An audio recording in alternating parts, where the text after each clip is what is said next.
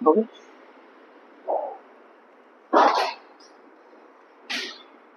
नमस्कार साथियों, स्वागत है आप सभी का एकलव्य क्लासेज के जो ऑनलाइन प्लेटफॉर्म है उसमें। देखिए दोस्तों, आप सभी ने अभी चतुर्थ श्रेणी कर्मचारी का एग्जाम दिया है और जहाँ तक है सबका एग्जाम, मुझे लगता है कि जो बच्चे अच्छे से तैयारी की होगी उन लोगों का एग्जाम भी बहुत अच्छे से गया होगा। अभी जो बच्चे नए हैं, जो कॉलेज में आने वाले हैं या फिर कॉलेज कर रहे हैं, उन सब के लिए राजस्थान की यदि मैं बात करूँ तो राजस्थान में अभी एक नई लेटेस्ट जो वैकेंसी आने वाली है वो सीईटी का एग्ज़ाम होने वाला है। और सीईटी इसका मतलब ये होता है कि राजस्थान की ऑल एग्जाम में बैठने वाले सभी कंटेंट, सभी जो विद्यार्थी हैं उन सभी के लिए सबसे इम्पोर्टेंट चीज़ सीईटी का एग्ज़ाम है। और सीईटी के एग्जाम में मैथ्स और रीजनिंग का काफ़ी सारा वेटेज होता है, यानी अप्रोक्सीमेट यदि मैं बात करूँ तो मैथ्स और रीजनिंग के 35 के आसपास के क्वेश्चन आते हैं, यानी 35-40 के आसपास क्वेश्चन मैथ्स रीजनिंग के दोनों के मिलते हैं। तो देखिए दोस्तों, एकलव्य क्लासेज के इस प्लेटफॉर्म पर मैं राकेश कुमार एक नई सीरीज शुरू करने जा रहा हूँ जिसमें आपको मैथ्स के जितने भी सारे के सारे कंसेप्ट हैं उन सभी बेसिक कंसेप्ट की अपन जानकारी देंगे। जैसे नंबर सिस्टम, आपको पता है कि मैथ्स को हम दो प्रकार से डिवाइड करके पढ़ते हैं। देखिए दोस्तों, देखिए मैथ्स की यदि मैं बात करूं तो मैथ्स को हम नॉर्मली जो पढ़ेंगे,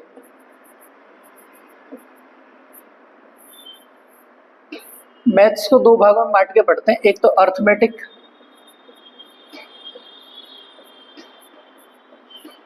और दूसरा इसका पार्ट आ जाता है एडवांस। इस अर्थमेटिक और एडवांस में डिवाइड करके पढ़ते हैं। इसमें कुछ सारे टॉपिक अर्थमेटिक के आते हैं, जैसे साधारण ब्याज हो गया, लामानी हो गया, परसेंटेज हो गया, एक एक नियम यानी कि टाइम एंड वर्क वाला हो गया, अनुपात रेशियो वाला हो गया, औसत आयु, जितने भी टॉपिक है नॉर्मली वो सारे के सारे अर्थमेटिक के अंतर्गत आ जाते हैं। उसके बाद में जो एडवांस मैथ होती है हमारी, एडवांस मैथ में एलजेब्रा आ जाता है, ट्रिग्नोमेट्री आ जाती है, ठीक है, और उसके साथ में हमारी ज्योमेट्री आ जाती है, क्षेत्रमिति आ जाती है, ये सब सारी की सारी एडवांस के अंतर्गत आ जाती है। तो हम सारी चीज़ों को एक कंसेप्ट के बेस में, यानी कि पूरी की पूरी जो मैथ्स है उसमें जितने भी कंसेप्ट है उन सभी कंसेप्ट को हम रिवाइज करेंगे, यानी कि अच्छे से पढ़ेंगे।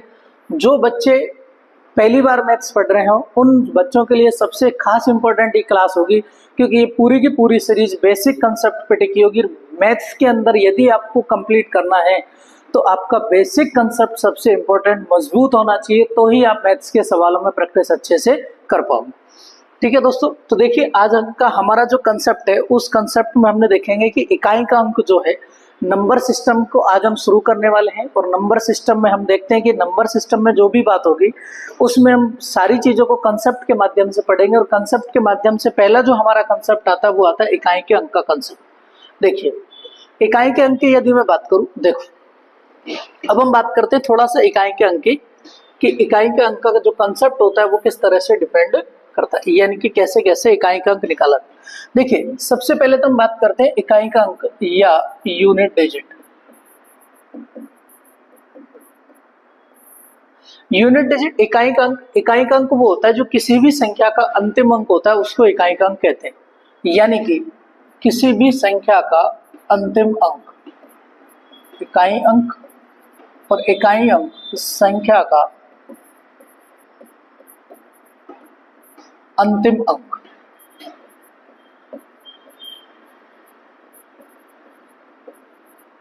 जो होता है वो किसी भी संख्या का अंतिम अंक होता है, वो क्या कहलाता है, इकाई अंक कहलाता है। जैसे कोई भी संख्या लिखी हो, जैसे यदि मैं आपसे कहूं कि जैसे ये संख्या लिखी हुई है 3432, इस संख्या में यदि आपसे पूछा जाए कि इकाई का अंक क्या होगा तो आप कहोगे कि सर इकाई का अंक क्या होगा, 2 होगा, क्योंकि इस संख्या का जो अंतिम अंक होगा वो क्या होगा, इकाई का अंक होगा। देखिए दोस्तों, हम जब भी संख्या लिखते हैं तो संख्या में सबसे पहले इकाई के अंक को इस तरह से संख्या को लिखा जाता है, इकाई, दहाई, सैकड़ा, इस तरह से संख्या को लिखा जाता है। और यानी कि जो संख्या का जो अंतिम अंक होता है वो होता है यूनिट डिजिट, यानी इकाई का अंक। ठीक है, अब हम बात करते हैं कि सर ये जो इकाई का अंक होता है ये इसके सवाल एग्जाम में कैसे पूछे जाते हैं और कैसे हम इन चीज़ों को डिवाइड करें। देखिए पहले हम इसका कंसेप्ट समझेंगे और कंसेप्ट समझने के बाद में मैं आपके लिए कुछ सवाल भी लेके आया हूँ, 10 से 15 सवाल है, वो भी अपन सवालों को करेंगे। तो देखिए शुरुआत में देखिए यदि मैं आपसे पूछूं कि जैसे बताइए कि यदि ये संख्या है। यदि आपसे पूछा जाए कि इस पूरी संख्या का इकाई का अंक ज्ञात करो, देखिए यह संख्या प्लस में है, 3432, 257 और 291, ये संख्या पूरी की पूरी प्लस में लिखी गई है। अब आपसे सवाल में प्लस नहीं करवा रहा है, वो आपसे सिर्फ इतना पूछ रहा है कि आप मुझे ये बता दीजिए कि इकाई का अंक कौन सा होगा। देखिए अब देखिए, हम सबसे पहले जब हमें इकाई का अंक की बात की जा रही है तो हम भी किस पे बात पर सबसे ज्यादा गौर करेंगे कि इकाई का अंक कौन सा है संख्या का। तो इकाई का अंक यदि इस संख्या का हम देखेंगे तो इस संख्या का इकाई का अंक 2 है। इस संख्या के इकाई के अंक की बात करूं तो इस संख्या का इकाई का अंक 7 है, और इस संख्या के इकाई के अंक की बात करूं तो इस संख्या का इकाई का अंक 1 है। यदि मैं इन सभी अंकों को ऐड कर दूं, 7, 2, 9 और 1, 10, यानी कि इकाई का अंक कितना आएगा 0।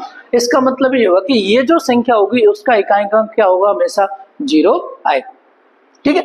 और यदि दूसरी यदि मैं बात करूं, देखिए और छोटे सा और उदाहरण इसकी बात करते हैं अपन।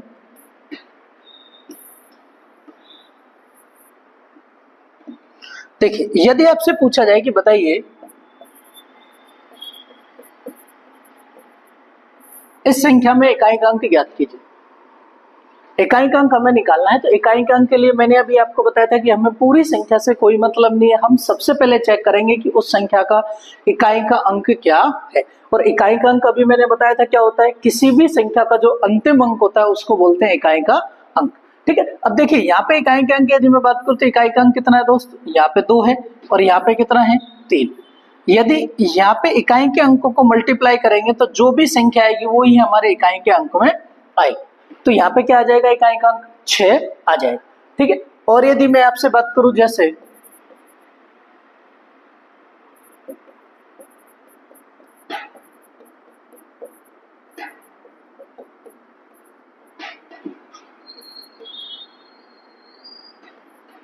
यदि इस संख्या के बारे में आपसे पूछा जाए कि ये पूरी संख्या है, मल्टीप्लाई में दी हुई है, इस संख्या का आपको इकाई का अंक बताना है।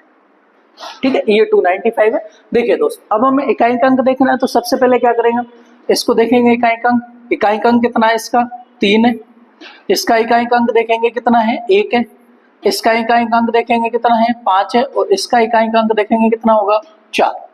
ठीक है। अब जब हम इन सभी संख्याओं को मल्टीप्लाई करेंगे तो मल्टीप्लाई करने पे क्या आ रहा है, मल्टीप्लाई करने पे आप जब 5 को 4 से मल्टीप्लाई करोगे तो कितना आ जाएगा, 0 आ जाएगा। इसका मतलब ये होगा कि इस पूरी संख्या का जो इकाई का अंक है वो कितना होगा, 0 होगा। देखिए दोस्तों, अब ऐसे ही हम प्लस में, मल्टीप्लाई में, एडिशन में, माइनस में, जैसे यदि मैं आपसे और बताता हूं, जैसे देखिए यदि आपसे पूछा जाए कि 13,452 प्लस 251 माइनस 3,453 प्लस 343 प्लस 275, यदि आपसे पूछा जाए कि इस पूरी संख्या का इकाई अंक क्या होगा। ठीक है। देखिए दोस्तों, अब आपको कुछ नहीं करना है, आपको सबसे पहले ये चेक करना है कि इकाई अंक सब में क्या आ रहा है। देखिए यदि मैं इस संख्या की बात करूं तो इस संख्या में इकाई अंक कितना होगा, 2 होगा। इस संख्या की यदि मैं बात करूं तो इस संख्या में इकाई अंक कितना हो जाएगा, 1 हो जाएगा। यह संख्या माइनस की है, इसमें इकाई अंक कितना हो जाएगा, 3 हो गया। इसमें यदि इकाई अंक की बात करूं तो इसमें इकाई अंक कितना आ गया, 3। इसमें इकाई अंक कितना आ गया, 5। देखिए अब यदि मैं बात करूं कि 2 और 1 3, 3 से 3 तो ये कैंसिल हो गया। उसके बाद बचा क्या, 3 और 5 8। तो यानी इस पूरी संख्या का जो इकाई अंक हो जाएगा वो कितना हो जाएगा, 8 हो जाएगा। देखिए दोस्तों, मैथ्स के अंदर ये जो कुछ ऐसे टॉपिक्स होते हैं, ऐसे जो ट्रिक्स होती हैं, यूनिट डिजिट है, एक आपको मैं बाद में डिजिटल सम पढ़ाऊंगा, उसके अंतर्गत क्या होता है, बहुत सारी चीजें ऐसी आती है हमारी कैलकुलेशन को बहुत इजी करती हैं। अब कैलकुलेशन को इजी करती है इसलिए इन कंसेप्ट को समझना बहुत ही जरूरी हो गया हमको, यदि हमें आगे से एग्जामों में बहुत अच्छे से परफॉर्म करना है। क्योंकि मैथ्स में क्या होता है, मैथ्स में आपको स्पीड के साथ में आपकी एक्यूरेसी भी चाहिए होती है। ठीक है दोस्तों, तो और कुछ सवाल देखते हैं, इसके मल्टीप्लाई के कुछ सवाल देखते हैं। देखिए यदि मैं आपसे कहूं कि बताइए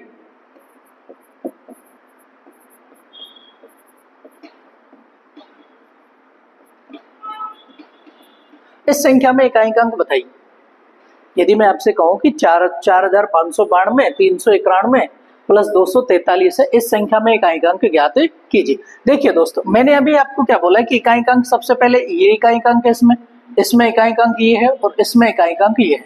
तो जो जो प्रोसेस हो रहा है वैसे वैसे करते जाते हैं। यहाँ पे 2 इंटू 1 और ये पे लिखा हुआ है प्लस कितना 3, तो 2 इंटू 1 करेंगे ये 2 आ जाएगा और ये प्लस 3 करेंगे कितना हो जाएगा टोटल 5। यानी इस पूरी संख्या को यदि कैलकुलेट करेंगे, इस पूरी संख्या में जो इकाई का अंक आएगा हमारा वो कौन सा आ जाएगा 5 आ जाएगा। ठीक है, चलो ये तक तो ठीक है सर, हम ऐसे तो निकाल देंगे। लेकिन जब किसी संख्या में पावर्स के रूप में संख्या को दे दिया जाए, जैसे यदि मैं आपसे कहूं कि बताइए 3 की पावर 40, इसमें बताइए कि इकाई का अंक कितना होगा। ठीक है दोस्तों, तो उसके लिए एक बेसिक कंसेप्ट है, वो हम समझते हैं कि जब संख्या के पावर्स के रूप में हमको दे दिया जाए तो उसके लिए पहले जो कंसेप्ट है वो एक बार देख लेते हैं कि कौन कौन से इकाई के अंकों के साथ में क्या क्या प्रोसेस करना होता है, वो सारी चीजें अपन देखते हैं। देखिए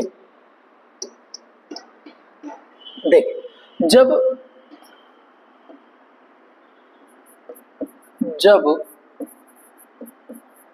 घात के रूप में संख्या लिखी हो,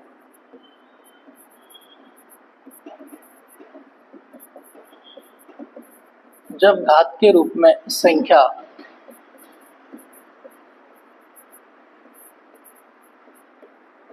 लिखी, देखिए जैसे मान लीजिए कोई भी पावर्स है, जैसे कोई भी संख्या है, मैं ये लिखता हूं a की पावर n। अब आपसे पूछा जाएगा कि ये जो कोई भी संख्या लिखी हुई है इस संख्या में इकाई का अंक कितना होगा। आपसे पूछाएगा कि इकाई का अंक आपको ज्ञात करना है। देखिए दोस्त, यदि मैं बात करूं कि अब यहाँ पे जो नंबर्स होगा a, वो कोई ना कोई संख्या का इकाई का अंक होगा। ठीक है, जैसे यदि मैं आपसे बात करूं कि आपको एक चीज याद रखनी, पहला पॉइंट याद रखना है कि यदि किसी संख्या का इकाई का अंक 0, 1, 5 और 6 हो, कौन कौन सा दोस्त 0, 1, 5 और 6 हो, उस संख्या के घात के रूप में कितनी ही संख्या लिख दी जाए उस संख्या का इकाई का अंक वही रहता है। ठीक है दोस्त, यदि ये इकाई के अंक है, यदि किसी संख्या के इकाई के अंक के रूप में ये 4 अंक लिखे हुए हैं, कौन कौन से 0, 1, 5 और 6, इन संख्याओं के इकाई के इन संख्याओं के ऊपर चाहे कितनी भी घात लगा दी जाए, उन सभी संख्याओं का जो इकाई का अंक आएगा वो इकाई का अंक यही अंक रहते हैं। जैसे उदाहरण के लिए यदि मैं बात करूं आपसे, जैसे देखिए यदि मैं आपसे बोलता हूं कि आप बताइए कि 210 की पावर मैं लिख देता हूं 243। अब आपसे पूछा जाएगा कि इस संख्या में इकाई का अंक कितना होगा।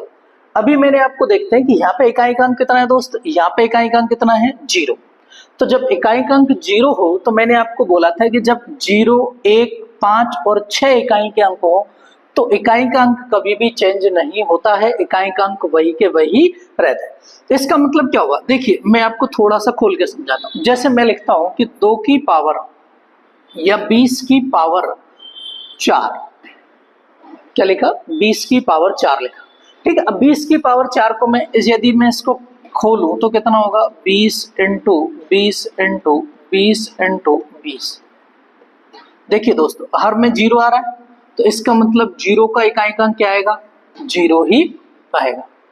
0 में इकाई का अंक कितना आता है 0 ही आता है। ठीक है, तो एक चीज याद रखना, जब किसी संख्या में इकाई का अंक 0 हो तो उस संख्या के ऊपर चाहे कितनी भी पावर हम लगा दें, इकाई का अंक हमेशा कितना रहेगा 0 ही रहेगा। पहला कंसेप्ट आया समझ में।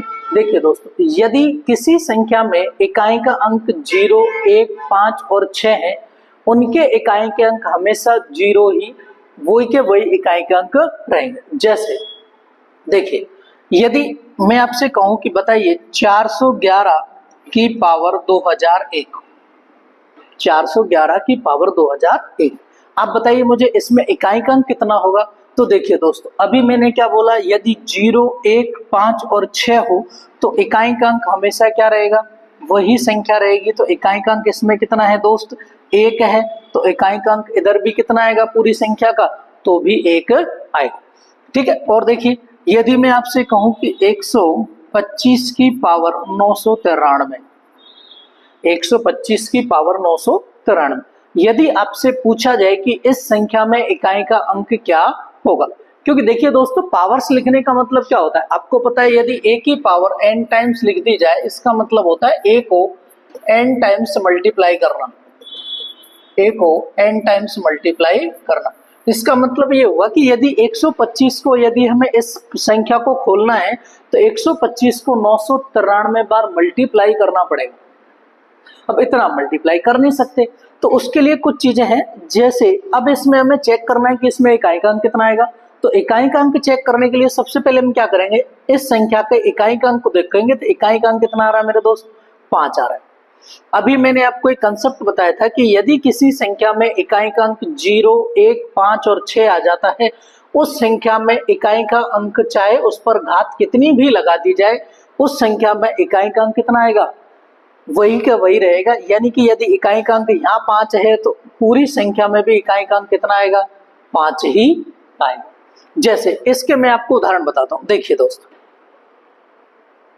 देखिए जैसे आप लिखते हैं कि 1 की पावर 1, ठीक है, उसके बाद 1 की पावर 2, इसका मतलब 1 इंटू 1 करेंगे तो भी कितना आएगा, 1 ही आ जाएगा। 1 की पावर 3 लिखोगे, 1 इंटू 1 इंटू 1 लिखोगे तो भी कितना आएगा, 1 ही आएगा। इसका मतलब क्या हुआ कि जितनी भी पावर, यदि 1 की पावर n लिखेंगे तो भी इकाई का अंक कितना आएगा, n ही आएगा। ठीक है, दूसरा यदि मैं आपसे कहूं कि जैसे मैंने आपको बताया था कि 5 हो, जैसे 5 की पावर 1 लिखूंगा मैं तो इकाई का अंक कितना आएगा, 5 ही आएगा। यदि 5 की पावर 2 लिखूं तो कितना आ रहा है दोस्त, 25 आएगा। इसका मतलब इकाई का अंक कितना है, 5 आएगा। ठीक है, 5 की पावर 3 लिखूं तो इसका मतलब 125, यानी इकाई का अंक फिर कितना आ गया, 5 आ गया। यदि 5 की पावर 4 लिखूं तो इकाई का यानी कि फिर कितना आएगा, 625, तो फिर इकाई का अंक कितना आ गया, 5 आ गया। इसका मतलब ये होता है कि यदि 5 की जितनी भी पावर लिख दी जाए, चाहे 5 की कितनी ही पावर लिखें, इकाई का अंक हमेशा क्या रहेगा, 5 ही रहेगा। आई बात समझ में दोस्तों। उसके बाद यदि मैं 6 की बात करूं, देखिए दोस्तों 6 की बात करूं, 6 की पावर 1 लिखता हूं 6 आता है।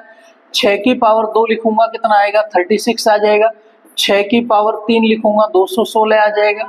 ठीक है, उसके बाद यदि 6 की पावर 4 लिखूंगा, इसका मतलब 216 को फिर 6 से मल्टीप्लाई करना है। देखिए दोस्तों अब इकाई का अंक कितना आएगा, देखिए वही आ रहा है इकाई का अंक। 6 की पावर 1 में भी 6 आ रहा है, 6 की पावर 2 में भी 6 आ रहा है, 6 की पावर 3 लिखता हूं तो भी इकाई का अंक 6 ही आ रहा है। 6 की पावर 4 लिखता हूं तो भी इकाई का अंक कितना आ रहा है, 6 ही आएगा, क्योंकि 6 को 6 से मल्टीप्लाई करोगे 36 हो जाएगा। 36 में इकाई का अंक कितना आ जाएगा, 6 आ जाएगा। ठीक है, तो ये चीज याद रखनी है दोस्तों। तो अभी मैंने आपको क्या बोला, पहला कंसेप्ट जो मैंने आपको समझाया वो ये समझाया कि यदि किसी संख्या में इकाई का अंक 0, 1 और 5, 6 आ जाए, तो यदि ये इकाई के अंक हो तो इन पर चाहे कितनी भी घात लगा दें, यानी कि कितने भी पावर्स लगा दिए जाएं, इन ये इकाई के अंक परिवर्तित नहीं होंगे और ये सेम के सेम इकाई के अंक रहेंगे। आई बात समझ में, पहला कंसेप्ट क्लियर। ठीक है दोस्तों, चलिए अब नेक्स्ट कंसेप्ट की ओर बढ़ते हैं कि नेक्स्ट कंसेप्ट में हम देखते हैं 0, 1, 5 और 6, 4 अंक हमारे कंप्लीट हो चुके हैं। अब हम बात करते हैं 4 और 9 की। किसकी बात करते हैं दोस्त, 4 और 9। देखिए 4 और 9 की बात करने से पहले मैं आपको थोड़ा सा समझा देता हूं कि सम और विषम क्या होता है। सम और विषम, वैसे तो आप सभी पढ़ते हुए आए हैं कि सम संख्याएं कौन सी होती है और विषम संख्याएं कौन सी होती है। देखिए सम संख्याएं कौन सी होती है, ऐसी संख्याएं जिनमें इकाई का अंक 0, 2, 4, 6, 8, ये जितनी भी सम संख्या यानी कि ऐसी संख्याएं जिनमें इकाई का अंक ये आ जाता है, ये सारी संख्याएं क्या होती है, सम संख्याएं होती है। बाकी विषम संख्याएं कौन सी होती है, 1, 3, 5 और 7। ऐसी संख्याएं जिनमें इकाई का अंक ये अंक आ जाए तो ये क्या होती है, विषम संख्याएं होती है। या फिर सम संख्याओं की यदि मैं बात करूं तो ऐसी संख्याएं जिनमें 2 का पूरा पूरा भाग चला जाता है सम संख्या कहलाती हैं, और जिनमें 2 का पूरा पूरा भाग नहीं जाता वो विषम संख्याएं कहलाती है। देखिए दोस्तों 4 और 9 के केस में हमको याद रखना है कि सम और विषम संख्याओं का पता करना हमको आना चाहिए। ठीक है, यदि मैं 4 की घात, देखिए 4 की घात 1 लिखता हूं तो आंसर आता है 4। यदि मैं 4 की घात 2 लिखता हूं तो आंसर आएगा 16। यदि मैं 4 की घात 3 लिखूं तो आंसर आएगा 64। और यदि मैं 4 की घात 4 लिखूं तो कितना हो जाएगा 256 हो जाएगा। इसका मतलब क्या हुआ, इसका मतलब ये हुआ कि जब जब भी 4 पे विषम घात लगाई है तो इकाई का अंक 4 आया है, और यदि जब 4 पर सम घात लगा देंगे तो इकाई का अंक कितना आएगा 6 आएगा। ठीक है दोस्तों, तो याद रखना 4 के कंसेप्ट, 4 के केस में क्या होता है, जब भी 4 आता है और यदि 4 की घात में यदि सम हो, 4 की घात में क्या हो मेरे दोस्त, सम हो, तो इकाई का अंक हमेशा 6 आएगा। और यदि यहाँ पे 4 की घात कोई भी पावर लगी हो, यदि n का मान सम हो तो इकाई का अंक क्या आएगा, यानी कि यूनिट डिजिट की बात करूं तो यूनिट डिजिट कितना आ जाएगा 6 आ जाएगा। और यदि 4 की घात विषम लगी हो, यानी कि 4 की घात n हो और n का मान यदि विषम हो तो इकाई का अंक हमेशा कितना आएगा 4 आएगा। कितना आएगा दोस्त 4 आएगा। तो एक चीज याद रखना, यदि 4 के केस की बात करूं, चाहे कोई भी संख्या हो, यदि उस संख्या के अंतर्गत 4 में यदि n पावर लगी हो और n यदि सम हो तो इकाई का अंक हमेशा 6 आएगा। और यदि 4 में विषम पावर आ रही हो तो इकाई का अंक हमेशा कितना आएगा 4 आएगा। देखिए दोस्तों, अभी मैं आपके सामने कुछ उदाहरण देखता हूं, उदाहरण बताता हूं। देखिए, यदि मैं आपसे लिखता हूं कि बताइए 4 की पावर 11, 4 की पावर 12। देखिए दोस्त, यहाँ पे 4 की पावर 11 लिखा हुआ, इसका मतलब कौन सी संख्या है, ये विषम संख्या है, क्योंकि विषम संख्या क्या आ रही है, 1 आ रहा है इकाई का। तो यहाँ पे जो 4 की पावर 11 है, यदि उस संख्या के यूनिट डिजिट की बात करूं, इकाई के अंक की बात करूं, तो हमेशा कितना आएगा दोस्त 4 आएगा। ठीक है, अब यहाँ पे देखिए, यहाँ पे पावर कितनी है 4 की पावर 12, ये कौन सी संख्या है, सम संख्या है। तो सम संख्या के लिए इकाई का अंक कितना आएगा मेरे दोस्त 6 आ जाएगा। आई बात समझ में, 4 का कंसेप्ट आया समझ में। जैसे अब इसे सवाल देखिए, सवाल कैसे पूछेगा आपसे, सवाल इस टाइप से थोड़ा सा घुमा के आपसे पूछेगा। देखिए सवाल का पैटर्न देखिए, यदि आपसे पूछेगा कि 124 की पावर 413, बताइए इसमें इकाई का अंक कितना आएगा। देखिए दोस्त, यदि 4 की पावर, हमको तो क्या चेक करना है, यहाँ पे इकाई का अंक कितना है दोस्त 4, ऊपर घात कितनी लगी हुई है 413। अब हमें ये चेक करना है कि ये जो घात लगी हुई ये सम है या विषम है। यदि ये घात सम होगी, यदि ये घात सम होगी तो इकाई का अंक कितना आ जाएगा मेरे दोस्त 6 आ जाएगा। और यदि ये घात विषम होगी तो इकाई का अंक कितना आ जाएगा 4 आ जाएगा। तो मुझे आप देखकर ये बता सकते हो कि ये घात सम है या विषम है। कि देखिए सर, यहाँ पे तो इकाई का अंक 3 आ रहा है, तो घात कौन सी हो जाएगी, विषम हो जाएगी। और विषम घात के लिए इकाई का अंक कितना आ जाएगा दोस्त 4 आ जाएगा। यानी इस पूरी संख्या का जो इकाई का अंक आएगा वो कितना आ जाएगा मेरे दोस्त 4 आ जाएगा। आई बात समझ में। यदि मैं आपसे कहूं कि बताइए एक 1124 की पावर 990, बताइए इस पूरी संख्या में इकाई का अंक कितना आएगा। तो आपने कहा सर देखिए, आपने अभी बताया कि 4 की पावर है, इकाई का अंक 4 दे रखा है, और मुझे पता चला कि 4 की पावर यहाँ पे सम है। जब 4 की पावर सम है तो इकाई का अंक कितना आ जाएगा सर 6 आ जाएगा।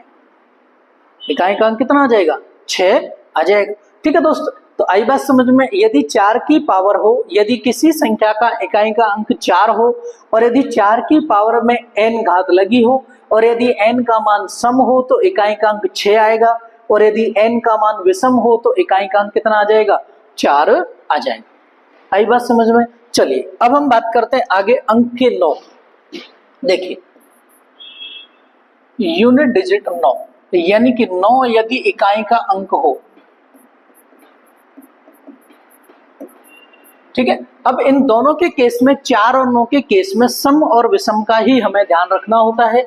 अब यदि 9 की बात करूं तो जैसे 9 की पावर 1 लिखूंगा, इकाई का अंक आ जाएगा 9। और यदि 9 की पावर 2 लिखूंगा तो 9 इंटू 9 यदि मैं करता हूं तो ये आ जाता है दोस्त 81। ठीक है दोस्तों, और यदि 9 इंटू 9 की पावर 3 करता हूं तो ये आ जाएगा 9 इंटू 9 इंटू 9, तो ये आ जाएगा 729। यानी फिर इकाई के अंक की यदि मैं बात करूं, फिर यदि मैं 9 की पावर 4 की लिखूं तो 9 की पावर 2 81 इंटू 81, यानी कितना आ जाएगा, फिर से 1 आ जाएगा। इसका मतलब क्या हुआ कि इसका मतलब ये हुआ कि यदि 9 की पावर n लगी हो और यदि n का मान सम और विषम हो, n का मान क्या हो, सम और विषम, हमें चेक करना है कि n जो संख्या लिखी हुई है, घात लगी हुई है, ये 9 पर घात लगी हुई है और यदि इस घात का मान, ये संख्या सम संख्या के रूप में लिखी हुई है तो इकाई का अंक कितना आ जाएगा, 1 आ जाएगा। और यदि 9 पर जो घात लगी हुई है उस घात का मान यदि विषम है तो इकाई का अंक कितना आएगा मेरे दोस्त, 9 आएगा। ठीक है, जैसे यदि मैं आपसे कहूं कि बताइए 1099 की पावर 215, तो बताइए दोस्त इकाई का अंक कितना होगा। देखिए तो इकाई का अंक यदि मैं बात करूं तो इकाई का अंक कितना, यहाँ पे इकाई का अंक कितना आ रहा है मेरे दोस्त, 9 आ रहा है। और 9 पे हमें क्या चेक करना है, पावर चेक करना है। 9 पे जब पावर चेक करेंगे तो हम कितनी लिखी हुई है, 215 लिखी हुई है। 215 की यदि मैं बात करूं तो ये कौन सी संख्या है दोस्त, विषम संख्या है। और जो विषम संख्या लिखी हो तो विषम संख्या में मैंने आपको अभी बताया था कि जब 9 की पावर विषम हो तो इकाई का अंक कितना आता है मेरे दोस्त, 9 आ जाता है। इसका मतलब इस पूरी संख्या का इकाई का अंक कितना आएगा, 9 आएगा। जैसे और यदि देखिए, यदि मैं आपसे कहूं कि 999 की पावर 444, बताइए इस पूरी संख्या में इकाई का अंक कितना आएगा। देखिए दोस्त, इकाई का अंक यदि मैं बात करूं तो आपको क्या करना है, सबसे पहले इकाई का अंक देखना है। इकाई का अंक सर 9 है यहाँ पे। अब जब मैंने आपको बताया था कि 4 और 9 दोनों आ जाए तो हमको चेक करना है कि घात में सम लिखा है या विषम लिखा है। अब हम चेक करते हैं कि यहाँ पे घात में हमें पता होना चाहिए कि यहाँ पे जो संख्या लिखी हुई है वो सम संख्या लिखी हुई है कि सर यहाँ पे तो सम संख्या लिखी हुई है। और यदि सम संख्या लिखी हुई है तो इकाई का अंक कितना आ जाएगा सर, 1 आ जाएगा। आई बात समझ में दोस्त। ठीक है दोस्तों, तो ये चीज याद रखना कि जब 4 और 9 में मैंने अभी आपको बताया था कि यदि 9 में घात में सम संख्या लिखी हो तो इकाई का अंक 1 आएगा, और यदि विषम संख्या लिखी हो तो इकाई का अंक क्या आ जाएगा, 9 आ जाएगा। आई बात समझ में। देखिए हमारे पास कितने अंक हो चुके हैं, देखिए हमारे पास अंक हो चुके हैं, हमने अभी आपको बताया कि 0, 1, 5 और 6 ये तो सेम रहते हैं, इकाई का अंक इनका तो सेम रहता है। उसके बाद यदि 4 और 9 की बात करूं तो हमें क्या चेक करना होगा सर, कि हमें चेक करना होगा सम और विषम। दो कंसेप्ट हुए क्लियर। अब बात आती है कि जो अंक बचे हुए हैं जैसे 2, 3, 7 और 8, इन अंक ये जब ये अंक आ जाएंगे तब हम कैसे निकालेंगे कि इनका इकाई का अंक कैसे होगा। देखिए दोस्तों, इन चारों अंकों की एक खास बात है कि इनके जो पावर्स होते हैं वो 4 की घात के बाद में रिपीट होते हैं। जैसे यदि 2 की पावर 1 लिखूं तो आपको पता होगा 2 आएगा। यदि 2 की पावर 2 लिखूं तो मान कितना आएगा, 4 आएगा। यदि 2 की पावर 3 लिखूं तो मान कितना आएगा दोस्त, 8 आएगा। 2 की पावर 4 लिखूं तो मान कितना आ जाएगा, 16 आ जाएगा। और 2 की पावर 5 लिखूं तो मान कितना आ जाएगा, 32 आ जाएगा। उसके बाद यदि 2 की पावर 6 लिखूंगी तो 6 लिखूं तो मान कितना आ जाएगा, 64 आ जाएगा। इसका मतलब क्या हुआ कि हर पावर 4 के बाद में वही का वही जो पैटर्न है वो पूरा का पूरा क्या होता है, रिपीट होता है। देखिए 3 की यदि मैं बात करूं तो 3 की, देखिए 3 का पावर 1 यानी कि 3 की पावर 2 लिखूंगा 9 आ जाएगा। 3 की पावर 3 लिखूंगा 27 आ जाएगा। 3 की पावर 4 लिखूंगा 81 आ जाएगा। और यदि 3 की पावर 5 लिखूं तो 243 आ जाएगा। इसका मतलब क्या हुआ, इसका मतलब ये हुआ कि हर 4 पावर्स के बाद में इनमें इकाई का अंक क्या हो रहा है, वही सर्किल चल रहा है। यानी कि हर 4 पावर्स के बाद में क्या होगा, इकाई का अंक रिपीट होता है। जैसे यहाँ पे 4 के बाद में जैसे ही मैंने 2 की पावर 4 लिखी, 2 की पावर 4 हो जाती है कितनी, 16 हो गई। और 16 के बाद में जैसे ही मैंने 2 की पावर 5 लिखी तो 2 की पावर 5 का मान कितना हो गया, 32 हो गया। अब 32 जैसे हुए इसका मतलब फिर से 2 की पावर 1 आ गई। इसका मतलब फिर 2 की पावर 6 लिखूंगा तो 64 आ जाएगा। इसका मतलब 2 की पावर 2 आ गई। फिर 2 की पावर 3 लिखूंगा, यानी कि यहाँ पे 2 की पावर कितना लिखूं, 7 लिखूं तो कितना आ जाएगा, 128 आ गया। इसका मतलब यहाँ पे 2 की पावर 3 और 2 की पावर 7 है वो बिल्कुल सेम है। यदि मैं 2 की पावर 8 लिखूं तो कितना हो जाएगा, 128 दूना 256। इसका मतलब सेम 2 की पावर 4 और 2 की पावर 8 पे क्या है, मान समान है। ठीक है, ऐसे ही इस केस में होता है। यदि मैं 7 के केस की बात भी करूं तो 7 के केस में भी ऐसा ही होगा। देखिए 7 की यदि पावर 1 की बात करूं तो 7 की पावर 7 होता है। 7 की पावर 2 की बात करूं तो 49 होता है। 7 की पावर 3 की बात करूं तो 343 होता है। और यदि 7 की पावर 4 की बात करूं तो 2401 होता है। अब यदि मैं 7 की पावर 5 लिखूंगा तो इसका मतलब 2401 को मुझे मल्टीप्लाई करना पड़ेगा 7 से। इसका मतलब फिर से इकाइकांक कितना आ जाएगा दोस्त, 7 आ जाएगा। यानी कि पूरा का पूरा पैटर्न आपका रिपीट हो रहा है। अब यदि 8 की पावर बात करूं तो 8 की पावर 1 में भी 8 हो गया, 8 की पावर 2 की यदि मैं बात करूं 64 हो गया, 8 की पावर 3 512 हो गया, 8 की पावर 4 की बात करूं तो 8 की पावर 4 512 इंटू यदि 8 करूंगा तो 6 आ जाएगा, 8 दूनी 16 हो गए। यदि 8 की पावर 5 की बात करूं तो यानी कि इकाइकांक 6 है, फिर से 8 से मल्टीप्लाई करूंगा 48 आ जाएगा, यानी कि इकाइकांक फिर से क्या हो गया, रिपीट हो गया। इसका मतलब ये होता है कि ये सारे अंक जितने भी हैं इन सभी अंकों में एक कॉमन पैटर्न दिखाई देता है कि ये पावर्स, ये 4 पावर्स के बाद में क्या होते हैं, रिपीट होते हैं। तो जब इन अंकों, जब ये अंक इकाई के अंक के रूप में आ जाते हैं तो हम क्या करते हैं, उस संख्या में 4 का भाग दे देते हैं। किस में भाग देते हैं, घात में। तो हम क्या करते हैं दोस्त, 4 का भाग देते हैं। जैसे यदि आपसे पूछा जाए कि 138 की पावर 42, इसमें आपको बताना है कि इकाइकांक कितना होगा। देखिए दोस्त, इकाइकांक यहाँ पे कितना है, 8। ठीक है, अब हमें क्या करना है, जब इकाइकांक 8 आ जाता है, कौन कौन से अंक आ जाते हैं, 2 3 7 और 8। इन सभी के लिए ये एक पैटर्न है और इस पैटर्न को आपको ध्यान में रखना है। ठीक है, अब यदि ये इकाइकांक आ गया, 8 आ गया, तो आपको पता होना चाहिए कि अब मुझे क्या करना है। आपने सर अभी बताया था कि इनके अंदर एक पैटर्न बनता है और वो जो पैटर्न होता है वो ये होता है कि सर ये 4 की घात के बाद में क्या होते हैं, वापस से रिपीट होते हैं। तो 4 की घात के बाद में रिपीट होते हैं तो सर क्या करें कि इसमें 4 का भाग दे देते हैं, 42 में हम 4 का भाग दे देंगे। अब हम उसके बाद में शेषफल ज्ञात करेंगे कि शेषफल कितना बचेगा। सबसे पहले जो घात होगी, यानी कि जो भी घात होगी, n घात होगी, उसमें कितने का भाग देंगे, 4 का भाग देंगे और 4 का भाग देने के बाद में हम शेषफल निकालेंगे और जो शेषफल बचेगा उस संख्या को इसकी घात के रूप में रख देंगे। क्या करना है, सबसे पहले जो भी पावर्स होगी उस पावर्स में क्या करेंगे, 4 का भाग देंगे, 4 का भाग देने के बाद में शेषफल निकालेंगे और शेषफल जो आएगा उसमें क्या करेंगे, हम जो शेषफल आएगा उसको इसकी घात के रूप में रख देंगे। ठीक है दोस्तों, अब हमें पता करना पड़ेगा कि सर 4 से डिविजिबिलिटी की संख्या कौन कौन सी होती है। तो एक चीज याद रखना दोस्तों, वैसे मैं आपको नंबर सिस्टम में, अब हम आगे पढ़ेंगे तो भाजकता के नियम पढ़ेंगे, उससे पहले मैं आपको छोटा सा बता देता हूं कि 4 की भाजकता का नियम क्या कहता है कि संख्या के अंतिम 2 अंकों में, संख्या के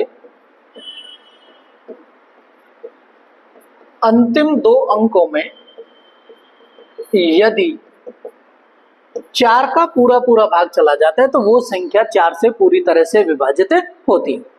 क्या याद रखना है कि यदि हमें चेक करना है कि संख्या के अंतिम 2 अंक है, यदि उन अंतिम 2 अंकों में 4 का पूरा पूरा भाग चला गया तो वो जो संख्या है वो पूरी तरह से क्या हो जाएगी, 4 से विभाजित हो जाएगी।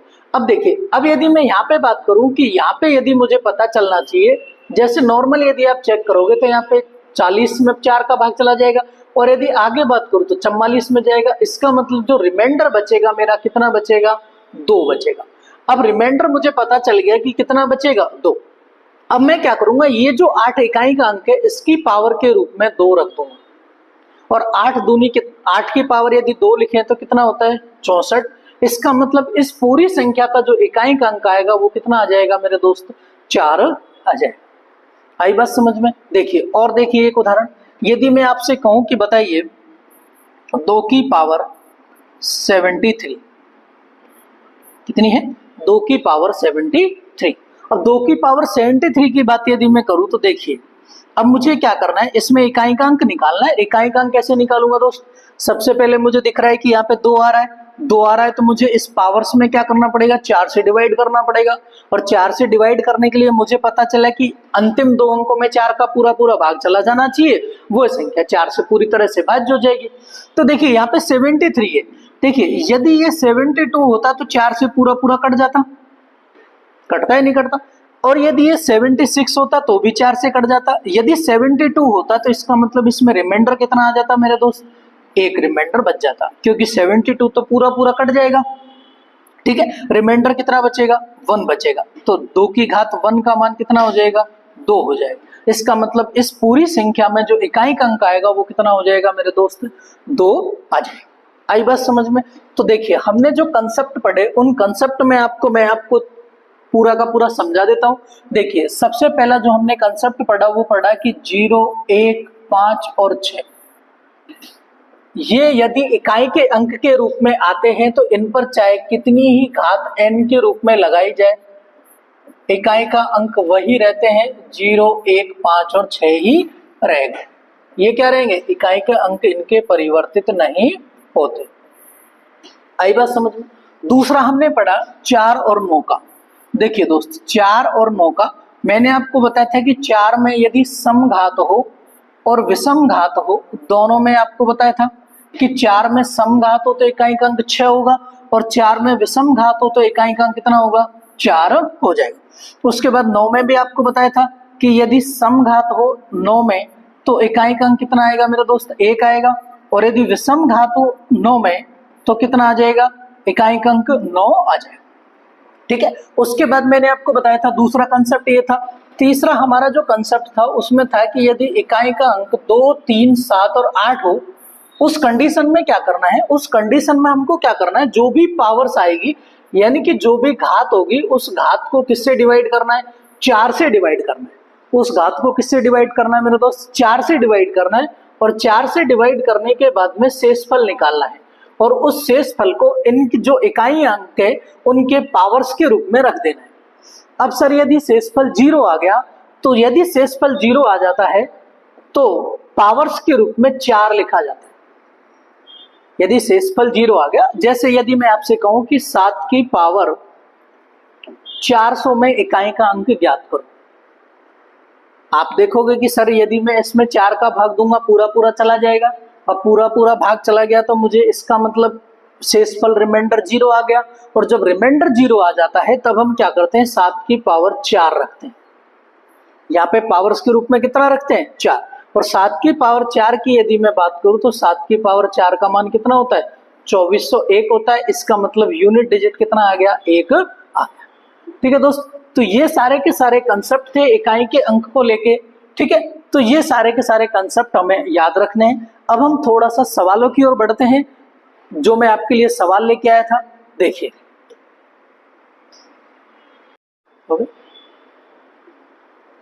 देखिए दोस्त, अभी हमने जो कंसेप्ट पढ़े थे उन कंसेप्ट के बेस पर हम कुछ सवाल हैं वो करने वाले हैं। उन सवालों को देखिए। देखिए पहला सवाल आपके सामने है कि 1001 की पावर 2008 प्लस 1002 का अंतिम अंक ज्ञात करो। देखिए 1001 की पावर 2008।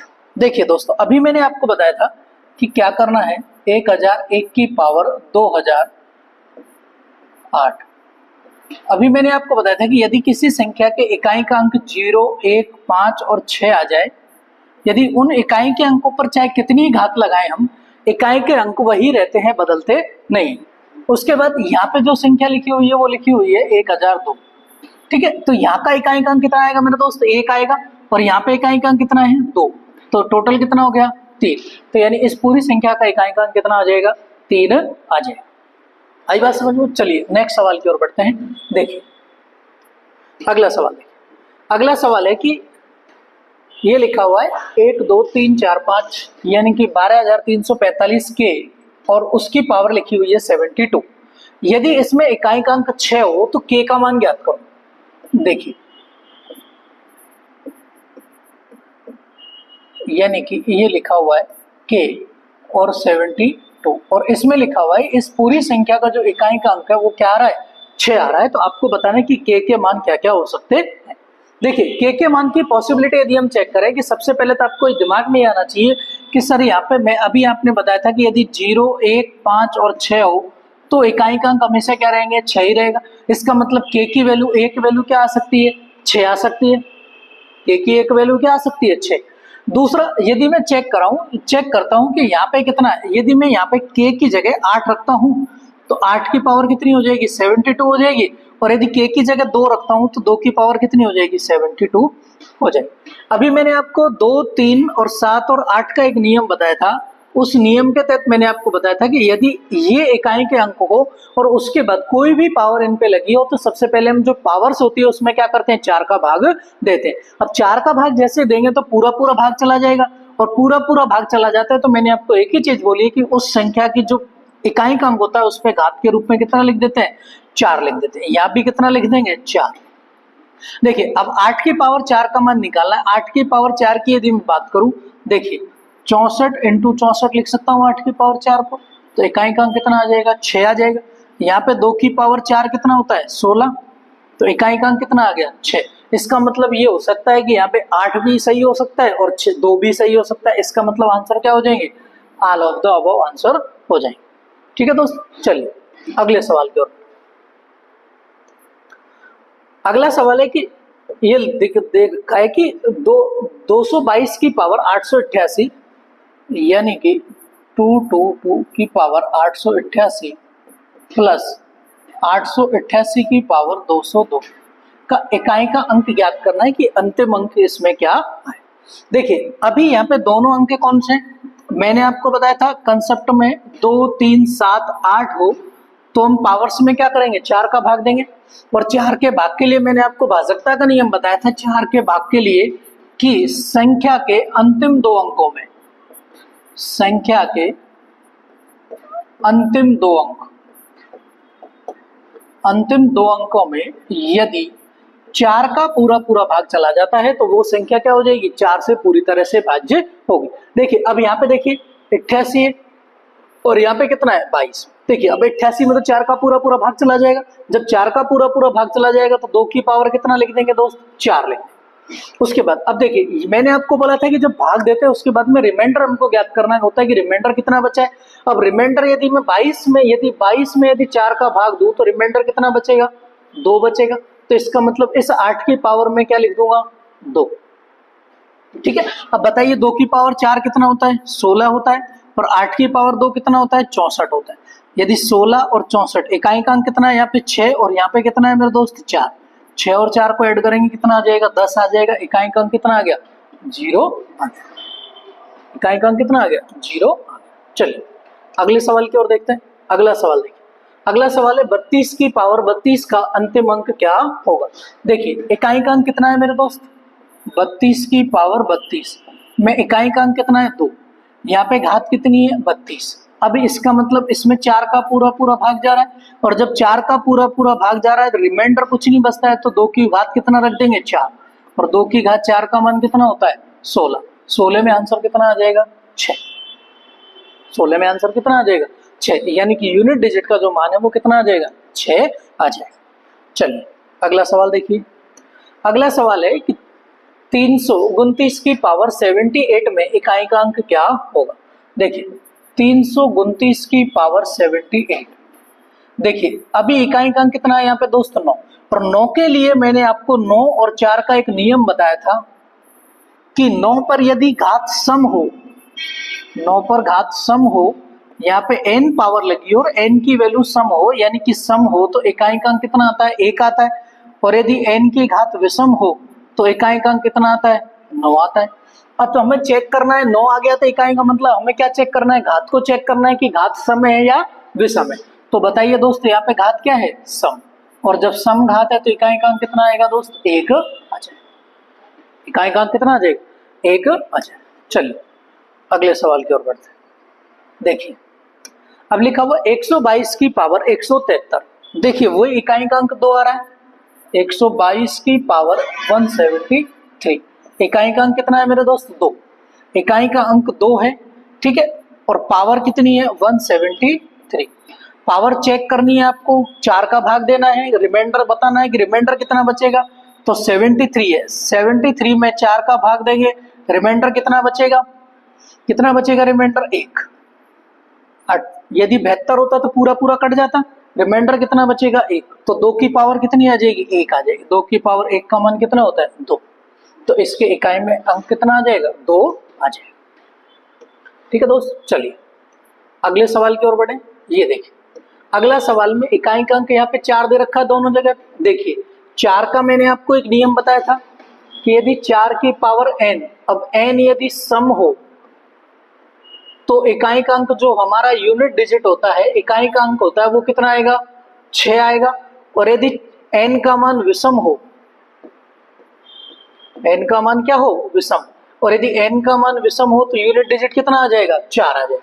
तो यहाँ पे देखिए, यहाँ पे यूनिट डिजिट, यहाँ पे संख्या कौन सी है? सम संख्या है, तो यूनिट डिजिट 6 आ जाएगा।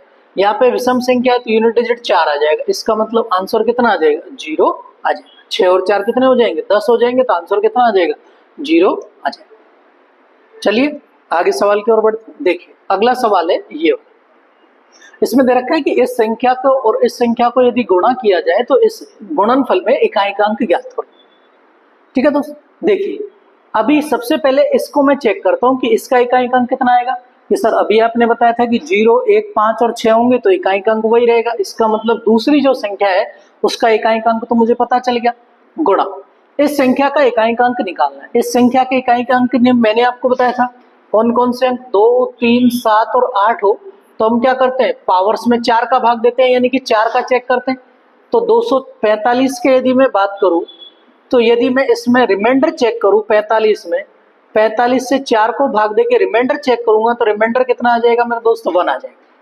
क्योंकि 44 होता तो पूरा पूरा कट जाएगा, एक रिमाइंडर बचेगा। इसका मतलब 7 की पावर कितनी आ जाएगी? 1 आ जाएगी। 7 की पावर 1 इंटू 1 तो कितना हो जाएगा? 7 आ जाएगा। तो पूरी संख्या का जो गुणनफल में इकाई का अंक कितना आ जाएगा?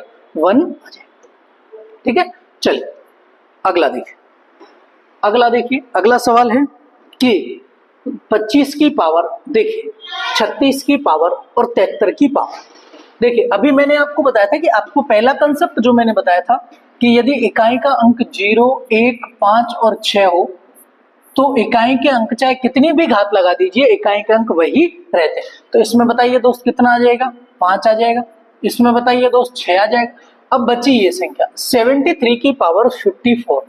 54 को हमें चेक करना है कि इसमें 4 से भाग दे के रिमाइंडर चेक करना है कि रिमाइंडर कितना आएगा। अब रिमाइंडर चेक करने के लिए क्या करेंगे? 4 का भाग देंगे इसमें, 13 चौके 52 यानी कि 2 रिमाइंडर बचेगा। तो 2 रिमाइंडर बचेगा तो 3 की घात कितना लिख देंगे? 2 लिख देंगे। तो ये कितना हो जाएगा? 3 की घात 9, 2 कितना हो जाएगा? 9 हो जाएगा। 6 और 5 11 और 9 कितना हो गया? 20। यानी इकाई का अंक कितना आ गया दोस्त? 0। यूनिट डिजिट कितना आ गया? 0 आ गया। तो यानी इस पूरी संख्या का यूनिट डिजिट भी कितना आ जाएगा? 0 आ जाएगा। चलिए अगला सवाल देखिए। अगला सवाल है कि 7 की पावर 71। अब देखिए यहाँ पे 6 आ रहा है, इसका मतलब इसका तो यूनिट डिजिट कितना आ जाएगा दोस्त? 6 आ जाएगा। ये तो मुझे पता चल गया। यानी बीच वाली संख्या का जो यूनिट डिजिट है वो कितना आ रहा है? 6 आ जाएगा। यानी कि 6 की पावर 63 इंटू 3 की पावर 65। इसमें मुझे इसका पता चल गया कि यूनिट डिजिट कितना आ रहा है? 6। अब मुझे इसका निकालना है। इसका निकालने के लिए मैंने अभी आपको बताया था क्या करना है। इकाई के अंक 2, 3, 7, 8 हो तो क्या करना है? 4 से रिमाइंडर चेक करना है। 4 से रिमाइंडर चेक करूंगा तो कितना हो जाएगा? 3 रिमाइंडर आ जाएगा। क्योंकि 68 टाइम पूरा पूरा कट जाएगा तो 71 है तो 7 की पावर 3 आ गई। यहाँ पे देखूंगा यदि ये 64 होता तो पूरा पूरा भाग चला जाता तो 3 की पावर कितना आ जाएगा? 1 आ जाएगा। रिमाइंडर 1 बचेगा तो रिमाइंडर को उसकी पावर के रूप में लिख देते। अब 7 की पावर 3, इसका मतलब 7 का क्यूब 343, 6 इंटू 6। अब देखिए यहाँ पे इकाई का अंक 3, यहाँ पे 6 और यहाँ पे 3, 3 3 9, 9 6 का 54। तो यानी कि टोटल इकाई का अंक कितना आ गया दोस्त? 4 आ गया। चलिए आगे बढ़ते हैं सवालों की ओर। अगला सवाल है कि 3 की पावर 40 का अंतिम अंक क्या होगा? 3 की पावर 40 आपको बताया था 2, 3, 7 और 8 हो तो क्या करते हैं दोस्त? क्या करते हैं? 4 का पाड़ा देके चेक करते हैं, यानी कि 4 से डिवाइड चेक करते हैं। 3 की पावर 40 है तो 40 में 4 का पूरा पूरा भाग जा रहा है, रिमाइंडर 0 बच रहा है। तो हम क्या करेंगे? 3 की पावर कितना लिख देंगे? 4 लिख देंगे। 3 की पावर 4 का मान कितना होता है? 81। 3 की पावर 4 का मान कितना होता है? 81। तो इकाई का अंक कितना आ जाएगा? 1 आ जाएगा। ठीक है, चलिए देखिए दोस्तों, ये कुछ सवाल थे जो हमने किए थे। इन सवालों को आपको फिर से रिवाइज करना है, एक बार कोशिश करना वापस से सवालों को करने की, और पूरा का पूरा जो कंसेप्ट है वो मैंने आपको बता दिया है। और इसी बेसिस के आधार पर देखिए कंसेप्ट मैंने आपको बता दिया है। देखिए फिर से दोबारा से बता देता हूँ। देखिए कंसेप्ट में मैंने आपको 3 कंसेप्ट बताए। कितने कंसेप्ट बताए दोस्त? 3। पहला बताया 0, 1, 5 और 6। यदि ये इकाई के अंक हो और इन पर कोई भी घात लगी हो, इकाई का अंक यही रहते हैं, इकाई के अंक क्या रहेंगे 0, 1, 5 और 6 ही रहेंगे। उसके बाद मैंने आपको दूसरा बताया था कि 4 और 9 का, ये पहला कंसेप्ट, ये दूसरा कंसेप्ट। 4 और 9 में बताया था सम और विषम चेक करना है। यदि 4 में सम घात होगी तो 6 आएगा, विषम घात होगी तो कितना आ जाएगा 4 आ जाएगा। यदि 9 की बात करूं तो 9 में सम घात होगी तो कितना आ जाएगा 1 आ जाएगा, और यदि विषम घात होगी तो कितना आ जाएगा 9 आ जाएगा। इकाई का अंक क्या आ जाएगा 9 आ जाएगा। तीसरा कंसेप्ट मैंने आपको बताया था कि यदि इकाई का अंक 2, 3, 7 और 8 हो, उस कंडीशन में हम क्या करते हैं कि जो पावर्स होती है, जो घात लगी होती है, उसमें चेक करते हैं हम 4 से भाग देके। और 4 से भाग देके क्यों चेक करते हैं वो मैंने आपको सारा कंसेप्ट बता दिया है, क्योंकि 4 के बाद में साइक्लिसिटी का जो पैटर्न है वो क्या होता है रिवाइज होता है पूरा का पूरा। तो हम सबसे पहले क्या करेंगे, घात में 4 का भाग देंगे रिमाइंडर में, और रिमाइंडर निकालेंगे यानी कि शेषफल निकालेंगे। अब जो शेषफल बचेगा उसको क्या करेंगे इनकी घात के रूप में रख देंगे, और यदि शेषफल नहीं बचेगा, शेषफल 0 आ जाता है, तो घात के रूप में कितना लिखेंगे 4 लिख देंगे। तो देख ठीक है दोस्तों, तो ये हमारे जो पहली क्लास थी कंसेप्ट की, उस कंसेप्ट की क्लास में हमने यूनिट डिजिट का जो सारे के सारे कंसेप्ट है वो कर लिए है। यूनिट डिजिट का कोई भी सवाल आएगा वो सवाल आपका गलत नहीं होगा। ठीक है दोस्तों, तो इसी तरह की क्लासेज आपको डेली क्लासेज मिलेंगी बेसिक कंसेप्ट की, क्योंकि ये मैंने बेसिक कंसेप्ट की सीरीज शुरू की है। और इस बेसिक कंसेप्ट में सीरीज में यानी कि ये सबके लिए, ऐसा नहीं है कि जो बच्चा सीईटी की तैयारी कर रहा है पटवारी की, ये ऑल ओवर राज्य यानी कि भारत के अंदर जितने भी एग्जाम होते हैं उन सभी एग्जाम जिनमें मैथ सब्जेक्ट आता है उन सभी के लिए ये क्लासेज इंपॉर्टेंट है। ठीक है दोस्तों, आगे जैसे ग्रुप डी का एग्जाम भी आ रहा है, उन बच्चों के लिए भी इंपॉर्टेंट है। ठीक है, उसके बाद में बहुत सारे एग्जाम सभी एसएससी के भी आ रहे हैं, तो उन सभी बच्चों के लिए, बैंकिंग के भी आ रहे हैं, तो उन सभी बच्चों के लिए ये क्लासेज इंपॉर्टेंट है। तो इस क्लास को ज्यादा से ज्यादा शेयर करना। ठीक है दोस्तों, तो मिलते हैं फिर बेसिक कंसेप्ट सेकंड क्लास में एक नए कंसेप्ट के साथ। तब तक के लिए इंतजार कीजिए कल तक का। ठीक है दोस्तों, थैंक यू, शुक्रिया।